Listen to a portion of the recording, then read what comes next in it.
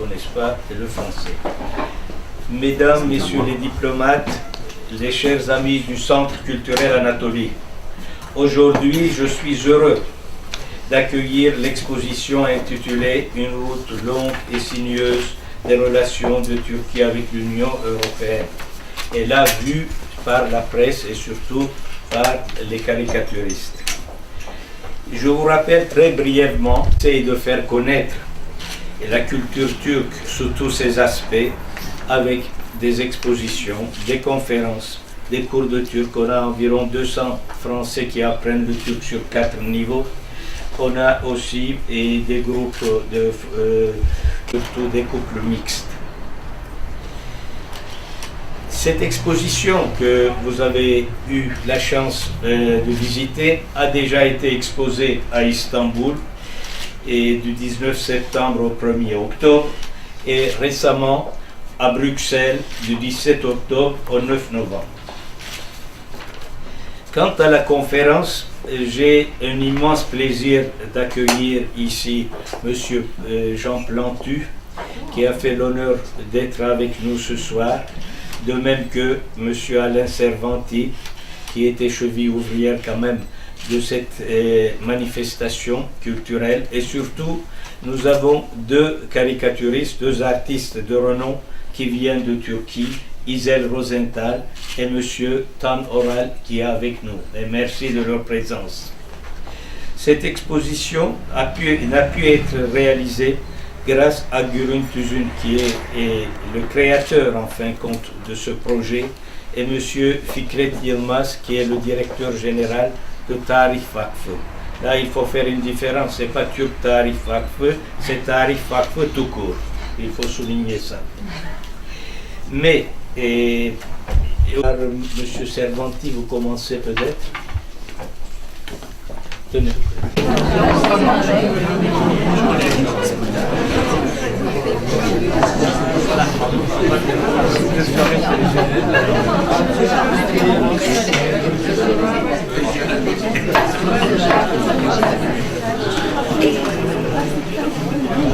Tabii, ondan değiştirir. Ne kadar edecek? O şeyden dolayı. Üzerindeki demirden dolayı. Daha bir karikatürist. Aynı zamanda karikatürist değil, o Belçikalı parlamento Avrupa. Stajyerimiz, pardon yanlış söyledim. Evet. Sekreterimiz dedim, stajyerim.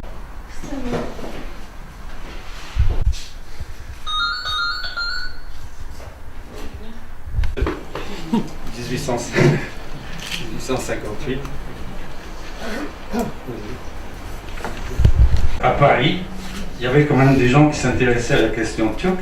Donc vous avez le grand caricaturiste Daumier qui représente ça. Vous avez beaucoup de caricatures de l'époque sur la guerre de Crimée.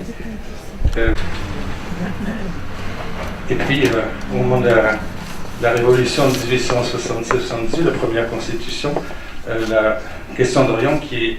Non, c'est pas sans vraiment. Soudan, parce qu'il ne fait pas suffisamment bien les réformes. Là, en Carandache, c'était un dessinateur du Figaro, qui a un nom d'origine turque d'ailleurs. Ah oui? Ouais. Ah, Carandache. Oui. Ça? Ouais. Et qui montre ici, les...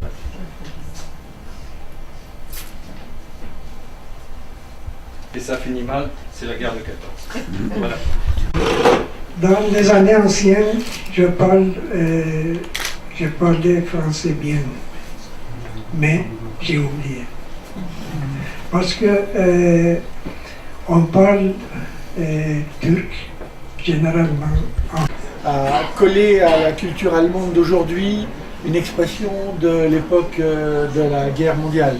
C'est impossible, et très franchement, ça ne me choque pas que ce soit impossible parce que l'Allemagne, on peut la critiquer, mais je pense que je trouve ça très bien qu'on puisse échanger, qu'on puisse montrer des dessins, mais par exemple, ça c'est quelque chose qui est inimaginable dans notre... Ça marche pas ça? C'est intéressant que tu nous dises... Ce serait intéressant que tu nous dises comment quelles sont les réactions des Allemands qui sont en Turquie quand tu fais une allusion comme ça. Il y a des gens, ils gueulent ou ils disent rien. Moi, je sais que si je faisais ça, ça gueulerait. L'accord d'association qui date de 1963, mais il n'y avait pas eu, à l'époque, il n'y avait pas eu de candidature turque.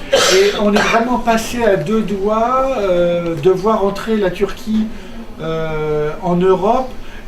Je pense, c'est un journal de quelle tendance? C'est un journal centriste. Mais pourquoi ça fait rire? Pourquoi ça fait rire? Pro-gouvernemental. Pro-gouvernemental. Et c'est ça qui est Mais drôle. les intellectuels qui défendent le gouvernement. Avec Mitterrand au pouvoir et les communistes, ils faisaient des dessins qui n'étaient pas très méchants contre le gouvernement en place. Sur ma maison où j'habite, donc home, my sweet home, j'ai pas besoin de traduire ça, n'est-ce pas? J'habite dans une maison.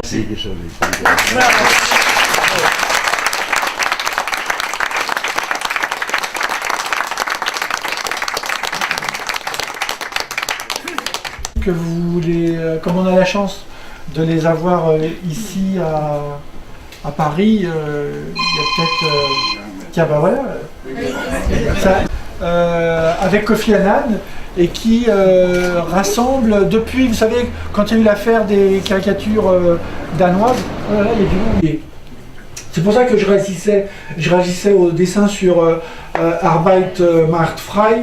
Je sais qu'un Allemand, s'il voit ça, il verra plus le dessin, il sera aveuglé. Et il ne verra plus le débat qu'on lui propose. Donc dans le dessin, on fait des rencontres un peu partout dans le monde, et si vous avez du temps jusqu'à dimanche prochain, il y a une exposition qui est consacrée à la Méditerranée. Vous y verrez des dessins de Ramiz Erer, qui est une grande dessinatrice qui a travaillé. Mais la définition de la Turquie est une république laïque. C'est pour ça que j'ai précisé donc, laïque. La religion, c'est quelque chose qui est autre chose. Je veux dire, ça ne nous intéresse pas. Oui, mais nous, ça nous intéresse. Alors, ils sont musulmans, oui, peut-être. Quand on voit la femme du Premier ministre voilée, tout de suite, on se dit, oh là... c'est pour ça que je préfère parler de la laïcité plutôt que de... Oui, mais voilà. la femme... Oui, non, mais tout à fait. Et on a même rencontré une fille qui a fait un spectacle sur les religions régulièrement. Il manque le drapeau turc, je reconnais.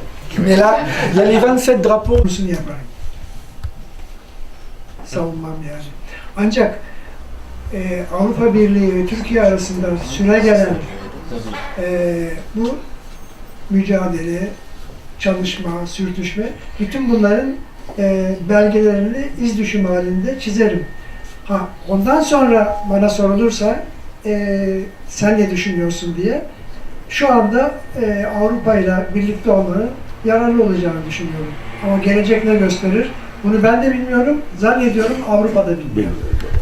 Il dit, jusqu'à présent, je n'ai défendu ni pour entrer l'Europe, ni pour ne pas entrer l'Europe, mais je pense que ça sera utile d'entrer dans l'Europe peut-être, mais avec l'évolution, peut-être mes idées peuvent changer. En fin de compte, je dessine au jour le jour selon l'évolution des idées.